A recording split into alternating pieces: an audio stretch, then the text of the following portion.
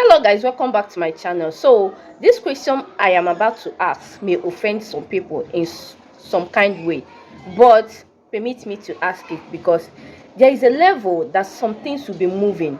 You would like to retrace your step and ask some questions, and that's why I am being the devil's advocate right now by asking, are you sure that our president is aware of what is going on in this country? Hold on. You know that our president is an elderly man, and aside that, he has advisors, he have social media managers. Remember that he said that he does not come online because they used to insult him. He said it during his campaign that the things that Nigerians say about him, that they used to insult him, so it now makes him, he does not used to come online. So maybe he does not used to hear of all this news, all this shouting that we are screaming, all these insecurities here and there, all this Boko Haram banditry, terrorism that is going on in the north. So I am now asking, are you sure that they used to tell Baba the real truth of what is going on in the state that he's governing, in the state that he is the president, in the country that he is the president? Are you sure they're telling this man the truth? Because what kind of news is this? I saw this headline, I was asking myself, how Tinubu is praising the national advisor on security, Ribadu, praising him, that he is proud of him, that together we will fight insecurity. Oh, so what is the praise about? No, what is the praise about? Praising him. No, you get, maybe if someone is working, we know that the work is too much, maybe, but the person is trying their best, then you can come out and say, I see your work, I see what you are doing, so I'm appreciating you, I'm thanking you. That one is different. But the thanking, the praising, the proud of him, where does it come from? How? So that's why I'm asking, is this man truly aware of what is going on in Nigeria, or is he just being a ceremonial president? Because was it not last week that he went to where, somewhere that they are doing fishing and festival, enjoying himself after just coming back from his international travels? A man that his house is on fire, a man that the children that are living in his country do not have a place to put his head. Oh yes, just yesterday we are getting the news, NGO is warning Tinubu of the dangers of over 2 million kids, abi 2,000, that are being displaced. Children, homeless children. Guys, I'm not talking about Amajiri. I'm not talking about out of school children. Out of school na normal thing for north. How many they go school? Which school? The one where you go, they will go carry your pikin for school. Your house is not safe, it can't be school. Church is not safe. I mean, homeless kids. It is recorded that over 2,000, abi 2 million kids are homeless in this our country where me and you dey. Some of us wey dey for south, some people when they read news, when they check headlines, they don't know wetin they saw. Some of us wey dey Lagos, Abuja, some people don't know wetin they saw for this country. Homeless kids, not out of school, not hungry children, homeless children that do not have a place they call home. You know that I told you people that this missionary that came to Nigeria was busy rebuilding homes that were burnt down, people's homes that were burnt out, markets, so many places. He was just rebuilding. He built up to 34 houses before he left to Nigeria. In fact, he even wanted to build more until they started, trust Nigerians now, they started using that means to extort him, and he complained about it. This is someone that is trying to help someone. So those 34 houses, where those people, where have they been staying? Or where have they've been in camp? Camp don't even full. These are people that terrorists, bandits burnt their home, the ones that managed to survive. When they say these are the survivors of Kwara State terrorists, these are the survivors of Kaduna terrorism, people will be shy, oh thank God this one survived. Nobody they ask what becomes of them after that survivor. How do these people go on to live their life? Because these people, they come, they kill, they burn houses, they destroy farmland. You can't even go to your farm. They will meet you there and end your life. So they don't even ask these people that survive this attack, how are they going to carry on with their lives henceforth, going forward? Nobody ask about them. They just find one cap or under one shade and start.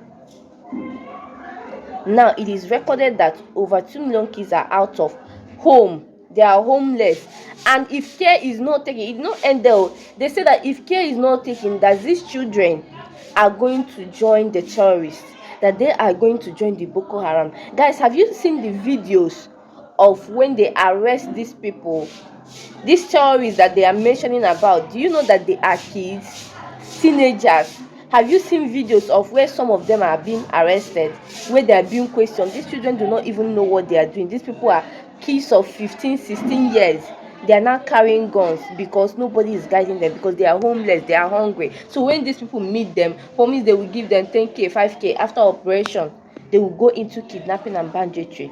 Have you seen their skin when they've been arrested? Have you looked at them? You see that these children, they do not even look like people that are spending millions of naira that are being collected as ransom. It gets some top people where they chop the main money. So how did they manage to recruit these people? Through poverty and hunger. Because when they see that these people they no longer have any choice, you don't even have a home, you don't go to school, you are just living your life strolling about, they will just recruit them. And when they promise them small meal, they will just have no other choice than to enter. That is what is going on in northern Nigeria, this Nigeria where me and you dey. That is what is currently going on. And we have a president, we have governors, we have every house of God. No position is empty. They don't leave any position empty. We are still about to pay tax. On top what? To what end? Which even leads me to asking another question. Some of these terrorists, the ones they manage to capture, the ones our people manage to capture, the ones our military men manage to capture, how don't they question them? Yes, because for a long time now, before our Minister of Defense become the Minister of Defense, when he was still the Chief of Defense Staff, there was this interview that they asked him how far he is going with the insecurity in Nigeria. He is saying that the main thing is cutting off their source. The main thing is cutting off their funding. That once they manage to cut off their funding, know who is sponsoring them, that will go a long way in curtailing insecurity in this country. So I'm not asking how far. When they capture these people, the ones they put inside camp, inside rehab, after rehab, they will now recruit them back to Nigerian military. You capture a terrorist, instead of dealing with the person as a terrorist, you recruit them inside your military. Like you join am to be among people where they follow you. You capture thief, you say okay, join us to capture your fellow brothers. I don't know how that sounds, but my question now is, don't they question them when they catch them and ask them who they give una money, who na they work for? Yes, because I remember that interview vividly, and I was so right. Like, I believe that man when he said that when they cut off the funding, that the insecurity is going to stop. So how do they ask these people question, or everything goes when you capture to, you just say okay, you are forgiven, you can go?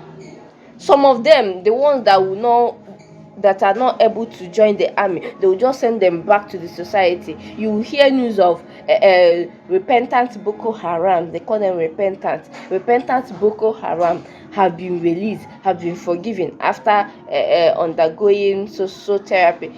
Not even therapy, after staying in rehab, they will just release them back to the society.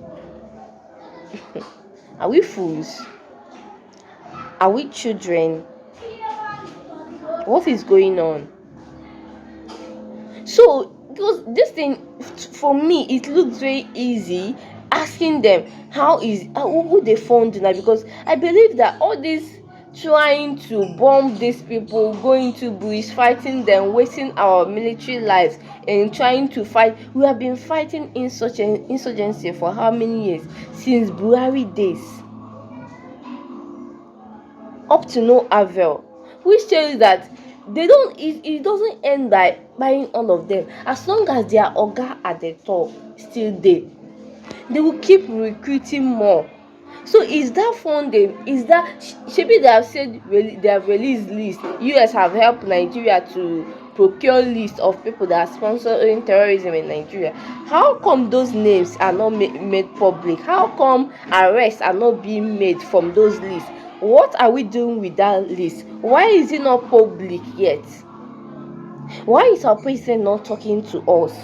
At least in Buhari time, I'm not trying to, at least in Buhari time, there was a time he mentioned shoot on sight for our military when they catch these people. But Tinubu is not even saying anything. The man is just busy. All his mind right now is just 2027 election, make him get in second term of first. Any other thing wey dey happen, that one no concern am.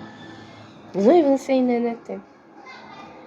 When I heard that he went to Saudi Arabia abi Kenya to ask for their defense abi help with the insecurity, I expected when he comes back there is going to be, some airing, some talking to us, but that never happened. The next thing we saw was him going for fishing festival. It's funny, but it's not funny. Seriously, if I start speaking on how it is in my mind, I don't think I'm ever gonna end this video, so I'll just have to stop now. So guys, if you have anything to say, okay, just say it in the comment section. I'll be reading your comments. Also, if this is your first time of coming across my channel, please do well to subscribe, okay? It is free. Thank you. I will see you in my next video. Bye.